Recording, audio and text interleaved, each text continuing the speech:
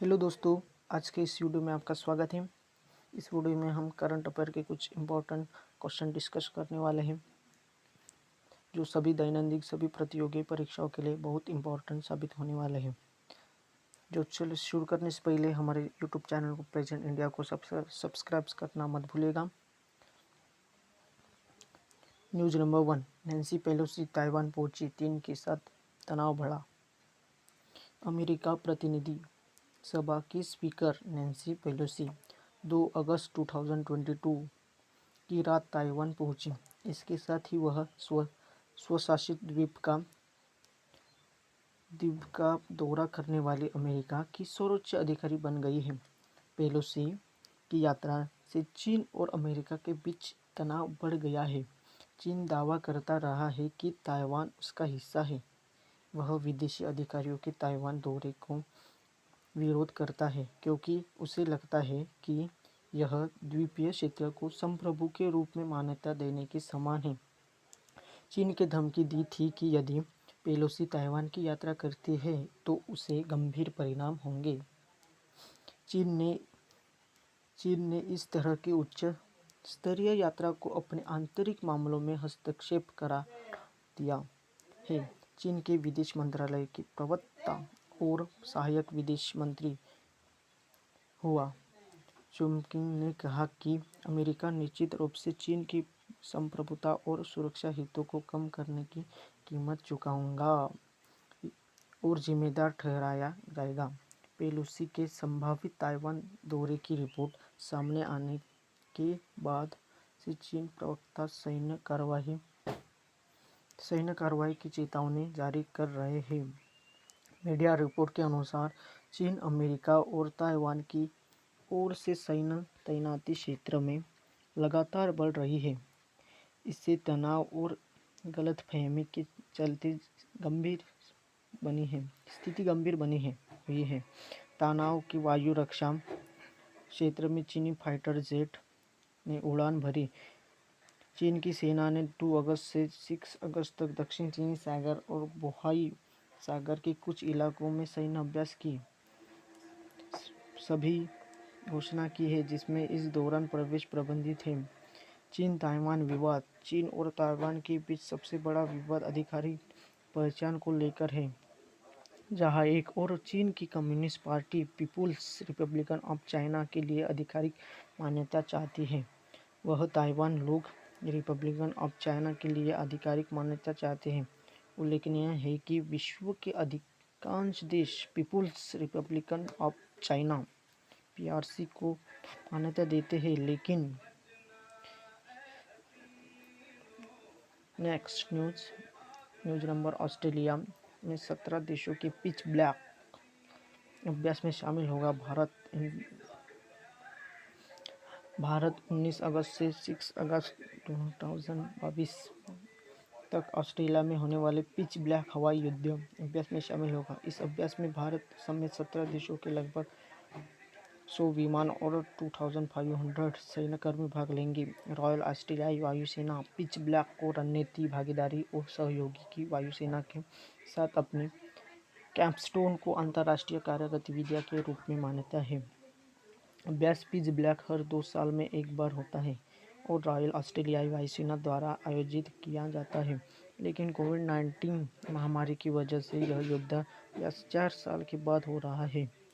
युद्धाभ्यास आमतौर पर उत्तरी ऑस्ट्रेलिया के RAAF ठिकानों डार्विन और टिंडल में होता है। इस साल का अभ्यास ऑस्ट्रेलिया आसमान में संयुक्त बलों की वापसी, अंतर क्षमता को बढ़ाने और रिश्तों को मजबूत करने के तौर पर देखा जाएगा।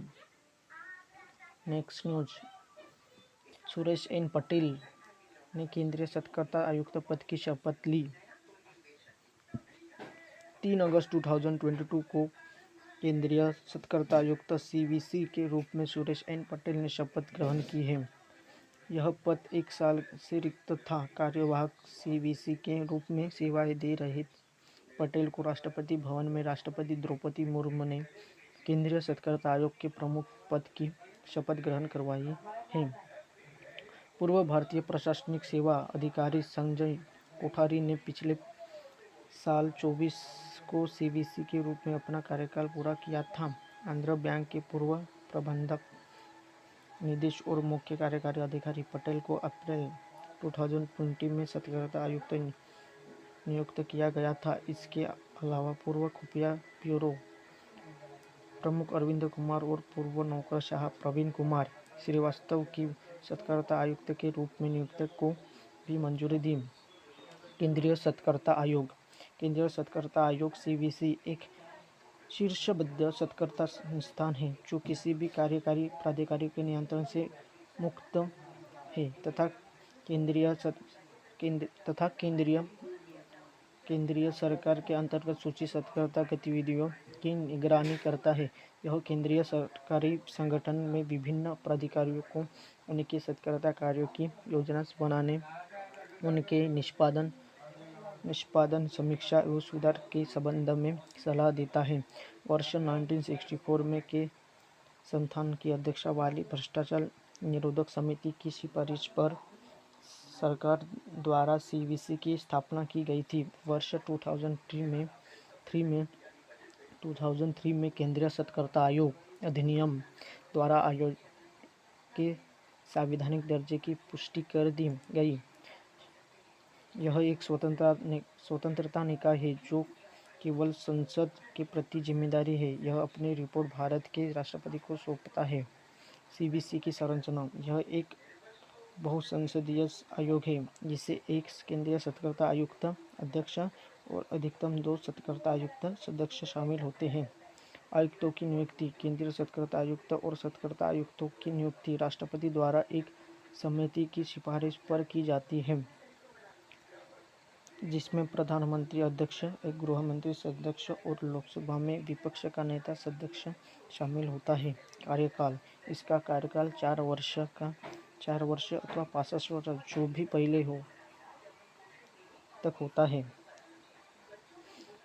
Next news number 4। कर्नाटक सरकार ने शुरू की स्वामी विवेकानंद युवा शक्ति योजना। हाल ही में कर्नाटक की मुख्यमंत्री बसवराज बोम्मई ने अपनी सरकार की पहली वर्षगांठ के उपलक्ष्य में स्वामी विवेकानंद युवा शक्ति योजना का शुभारंभ किया। इसका उद्देश्य ग्रामीण युवकों को अन्य योजनाओं के साथ वित्तीय सहायता और कौशल प्रशिक्षण सहित 10 लाख लोगों को रोजगार की दृष्टि से सशक्त बनाना है और त्रिशक्ति स्वयं सहायता समूह SHG के समान विपणन में भी मदद करता है। इन पहलों से SC ST women, working classes, फार्मेसेस और अन्य लोगों सहित सभी वर्गों के लोगों को उन्हें मजबूत करने और राज्य को विकास की ओर ले जाने में मदद मिलेगी। स्वामी विवेकानंद युवा शक्ति योजना।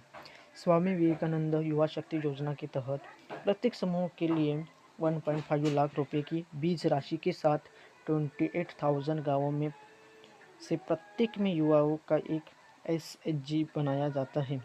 इसका उद्देश्य अपने SHG को बैंकों और बाजारों से जोड़ने के अलावा लगभग 5 लाख युवाओं को स्वरोजगार के लिए सशक्त बनाना है। कर्नाटक के लगभग 33,000 SHG ने बाजारों को उपलब्ध कराने के लिए बैंकों के साथ समझौता ज्ञापन MOU पर हस्ताक्षर किए हैं, जिससे कर्नाटक की 5 लाख महिलाएं को लाभ होगा। सरकार स्वामी विवेकानंद युवा शक्ति योजना के अंतर्गत युवा पुरुषों को इसी तरह की सुविधा देने की योजना बना रही है। Next news number 5। RBI का वित्तीय समावेशन सूचकांक मार्च में बढ़कर 56.4 पर पहुंचा है। हाल ही में भारतीय reserve bank RBI, reserve bank of India ने समकक्ष वित्तीय समावेश सूचकांक FI इंडेक्स जारी किया है। मार्च 2022 को समाप्त हुए वित्तीय वर्ष में वार्षिक FI सूचकांक 56.4 है, जबकि मार्च 2021 की समाप्ति के दौरान यह 53.9 था। यह सूचकांक अभी मानदंडों में वृद्धि के साथ देश में विभिन्न क्षेत्रों में वित्तीय समावेश की स्थिति को बताता है।